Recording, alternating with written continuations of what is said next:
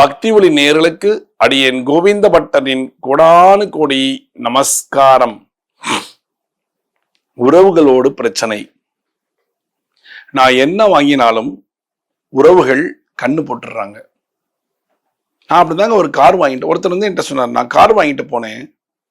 சரி, உறவுகள் இருக்காங்களே அப்படின்னு என்னுடைய கசின்ஸ் அவங்கள்ட்ட நான் கொண்டு போய் காமிச்சப்ப சொன்னாங்க, நீ வாங்கினியா காரை? அப்படியா அப்படின்னு சொல்லி கேட்டுட்டு, அப்படியே அவங்க சொல்ல சொல்ல, அப்படியா நீ வாங்கினியா? அப்படியா எப்படி வாங்கின? ஃபினான்ஸா? சொல்ல சொல்ல சொல்ல எனக்கு அப்படியே பக்கு பக்கு பக்குன்னு ஆச்சு. கார்ல வந்தேன். 2வது நாள் அந்த கார் மெட் வித் அன் ஆக்சிடென்ட். பெரிய செலவு பண்ணேன், நல்ல செலவு பண்ணியாச்சு அந்த காருக்கு. அப்படி ஒரு கந்திஷ்டி ஆகி போச்சு காருக்கு. நான் என்ன பண்ணலாம்? இது கார் ஒரு எக்ஸாம்பிள். வீடு வாங்குவோம், கஷ்டப்பட்டு உழைச்சு அந்த வீடு வாங்கும்போது சொல்லுவாங்க, இவன் எப்படி வாங்கியிருக்கான்னு தெரியாதா, இவன் எப்படி வாங்கினான்னு தெரியாதா. அது நம்மளை பத்தி ஒரு நெகட்டிவா பேசுறது, நம்மளை பத்தி நெகட்டிவா பேசுறது, கண்ணு போடுறது, இதெல்லாமே இருக்கு. அந்த கந்திஷ்டிலேருந்து நான் வெளியே வரணும்.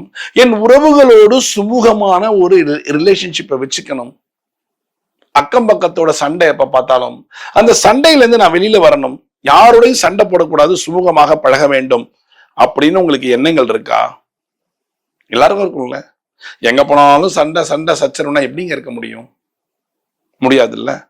அப்ப நாம் நல்லபடியா இருக்க வேண்டும். நம்மளோட பழகிறவர்களும் நம்மளோட சண்டை போடக்கூடாது என்று ஒரு எண்ணத்தில் இருந்தால் இந்த பரிகாரத்தை பண்ணுங்க, ரொம்ப நல்லா இருக்கும்.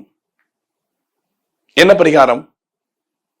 கருப்பு எள்ளு வெள்ளிக்கிழமையை வாங்கி நல்லா அலசிட்டு காய வச்சுட்டு, வெள்ளிக்கிழமை எள்ள வெள்ளத்தோடு சேர்த்து பொடி பண்ணிக்கோங்க. ஒரு சின்ன கப்பில் எடுத்துக்கோங்க. சின்ன கப்பில் எடுத்து சனிக்கிழமை அன்னைக்கு காலையில அந்த எள்ள பெருமாளுக்கு நிவேதனம் பண்ண வேண்டும். பெருமாளுக்குன்னா வெங்கடாஜலபதி, ரைட்டுங்களா? திருப்பதி பெருமாள் எல்லார் வீட்லயும் போட்டோ இருக்கா? அத நிவேதனம் பண்ணும். எப்படி பண்ணும்? சனிக்கிழமை அன்னைக்கு நிறைய பேர் விரதம் இருப்போம்ல, பெருமாளுக்காக இருப்போம், பெருமாள் கோயில்கள் போவோம் இல்லையா?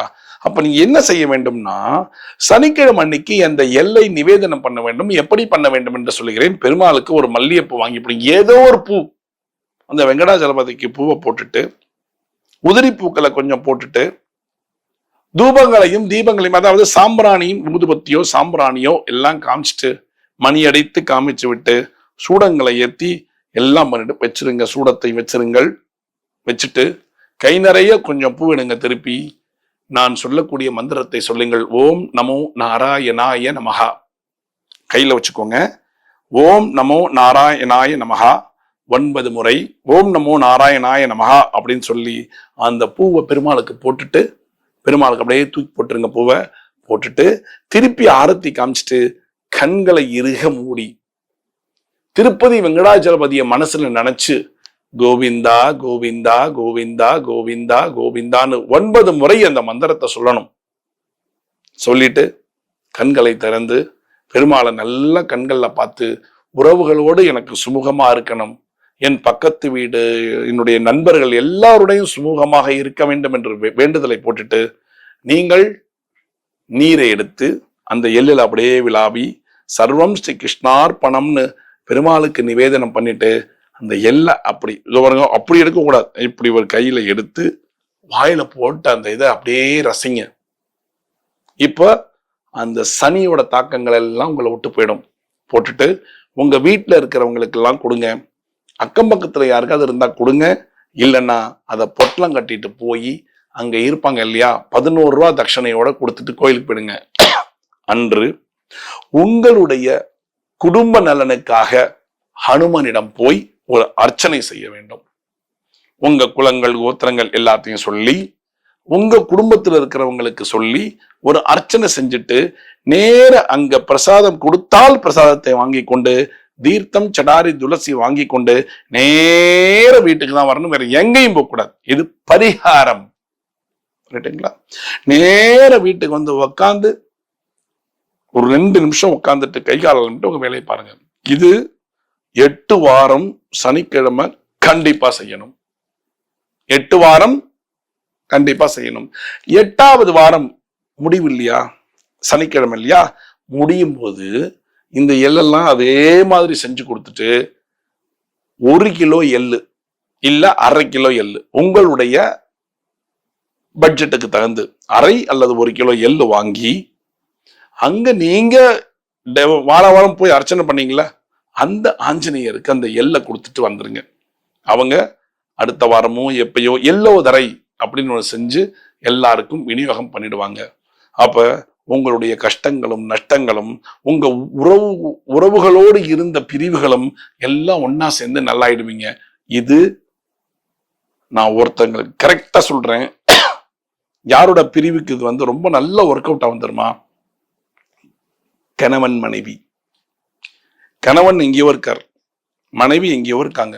2 பேருக்குள்ள விவாகரத்தா போறது, அவங்க ஒன்னா சேரலாம்.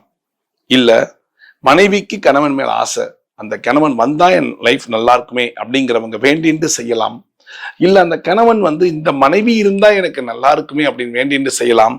கணவன் மனைவிக்குள்ள பிரிவுகளை தவிர்க்கக்கூடிய ஒரு மிகப்பெரிய பரிகாரம்.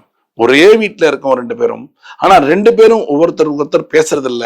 சமுதாயத்துக்காக 2 பேரும் வாழ்ந்து கொண்டு இருக்கிறோம், பிள்ளைகளுக்காக 2 பேரும் வாழறோம், ஒருத்தருக்கு ஒருத்தர் பேச்சுவார்த்தை இல்ல அப்படிங்கிறவங்களும் இந்த பரிகாரத்தை செய்தால் சீக்கிரமா எல்லாம் முடிந்து வரும். 2வது, அக்கா அண்ணன், அதாவது தங்கச்சி அண்ணன் தம்பிகள் உறவுகள், இந்த உறவுகள் ஒரு சேருவதற்கான வழிவகுக்கக்கூடிய ஒரு மிகப்பெரிய பரிகாரம் இது. செய்யலாம்ல. எள்ளு வாங்க போறீங்க, எள்ளு செய்ய போறீங்க, பூஜை பண்ண போறீங்க, அவ்வளவுதானே.